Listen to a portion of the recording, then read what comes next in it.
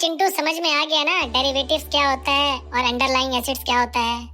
मैंने तुम्हें एग्जांपल के साथ समझाया है। हाँ मिंटू भैया, मुझे समझ में आ गया है जो आपने समझाया था अंडरलाइंग एसिड्स और डेरिवेटिव्स।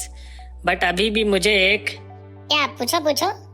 भैया क्वेश्चन ये था कि डेरिवेटिव्स में। अरे चिंटू, तुम्हें धीरे धीरे करके स्टेप चलना पड़ेगा, एकदम से नहीं समझ में आएगा कि डेरिवेटिव्स क्या होता है। तो भैया प्लीज बताइए ना डेरिवेटिव्स के बारे में, और भी मुझे जानना है। चलो आओ समझाता हूँ।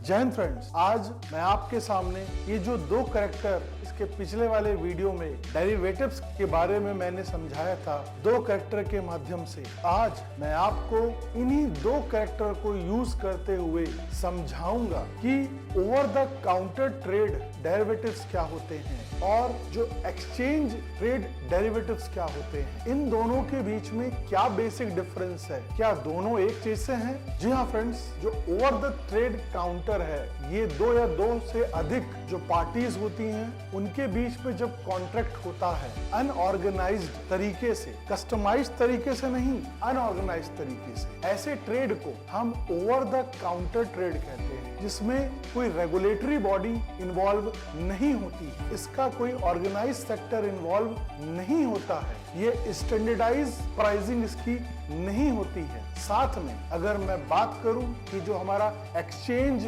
ट्रेड डेरिवेटिव्स होते हैं वो क्या होते हैं? जी हाँ, एक्सचेंज ट्रेड डेरिवेटिव्स, आप नाम से सुन रहे हैं कि एक्सचेंज यानी अगर हम डेरिवेटिव्स को ट्रेड कर रहे हैं एक्सचेंज के माध्यम से, जिसको किसके निगरानी में किया जा रहा है? Security exchange board of India, जो इसके ट्रांजैक्शन की मॉनिटरिंग कर रही है। मैं एक एग्जांपल के जरिए आपको सिंपल भाषा में समझाऊंगा। मान लीजिए एक किसान है, इस किसान में जो मिंटू है, मिंटू ने फसल बोई। फसल बोने के बाद उसने उम्मीद लगाई कि मेरा जो फसल की प्रोडक्शन है वो ज्यादा होगी, और जब ज्यादा होगी तो ऑब्वियस ही है कि उसने पहले से मार्केट को रिसर्च कर लिया था कि इस बार गेहूं की जो फसल है वो ज्यादा होगी, तो ज्यादातर चांसेस है कि गेहूं सस्ते दाम पे निकलेगा, तो उसने पहले ही ट्रेड कर लिया।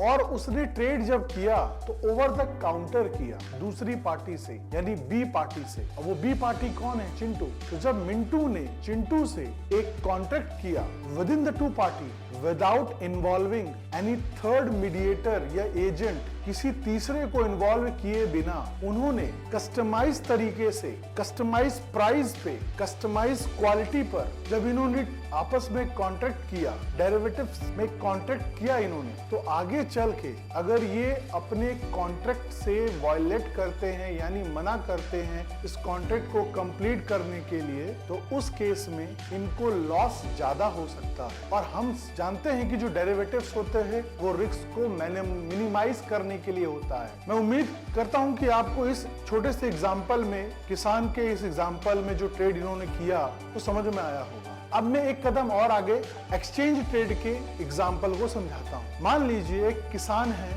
वो किसान का नाम है राम, और एक किसान है, उस किसान का नाम है श्याम। राम ने क्या किया? अपनी फसल उगाई गेहूं की, और गेहूं की फसल उगाने के बाद वो कहाँ चला गया? सरकारों के द्वारा जहाँ पर फसल खरीदी जाती है वो वहां पर गया, और वहां पर उसने कॉन्ट्रैक्ट किया कि इस दाम पे मैं आपको बेचूंगा, और एक लिखित कॉन्ट्रैक्ट करवा लिया दो पार्टी के बीच में। अब आप देखेंगे कि यहाँ पर जो ट्रेड करने वाला है एक ऑर्गेनाइज्ड तरीके से ट्रेड कर रहा है, रिटर्न डॉक्यूमेंट्स में साइन कर रहा है, एक रेगुलेटरी बॉडी है वो है गवर्नमेंट, एक कस्टमाइज प्राइस है, जो भी प्राइस है, जितने भी क्विंटल जाता है, 2500 रुपए क्विंटल जो भी जाता है वो एक स्टैंडर्ड प्राइस है, एक स्टैंडर्ड क्वालिटी है। इसमें सभी चीजों को एक स्टैंडर्डाइज तरीके से रखा गया है। इसके पहले वाले एग्जाम्पल में, चिंटू और मिंटू के एग्जाम्पल में सब कस्टमाइज था, बस इस राम और श्याम के एग्जाम्पल में चीजें स्टैंडर्डाइज है। तो आप दोनों के एग्जाम्पल से समझ गए होंगे कि ये जो दो ट्रेड हैं, अलग अलग जो डेरिवेटिव ट्रेड्स हैं, ओवर द काउंटर डेरिवेटिव्स, और दूसरा ट्रेड क्या है?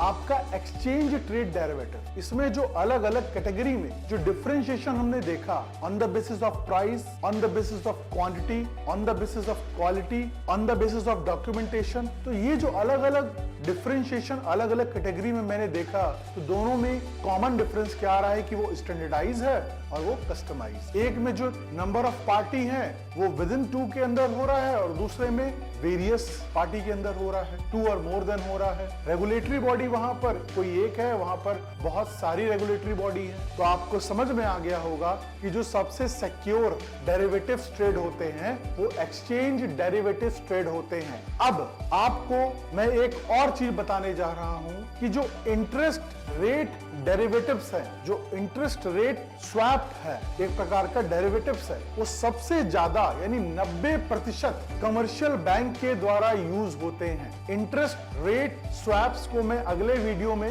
डिटेल में बताऊंगा। आज मैंने आपको बताया कि जो सबसे ज्यादा यूज होने वाला डेरिवेटिव्स है वो इंटरेस्ट रेट स्वैप्स डेरिवेटिव्स है, जो बहुत ज्यादा ट्रेड किया जाता है और कमर्शियल बैंकों के द्वारा। जी हाँ फ्रेंड्स, आज के इस वीडियो में मैं उम्मीद करता हूं कि आपको ओवर द काउंटर ट्रेड और एक्सचेंज ट्रेड डेरिवेटिव्स आपको समझ में आया होगा। आज के इस वीडियो में इतना ही। अगर कोई भी डाउट है, किसी भी प्रकार की कमी है, आप हमारे कमेंट बॉक्स में कमेंट कीजिए।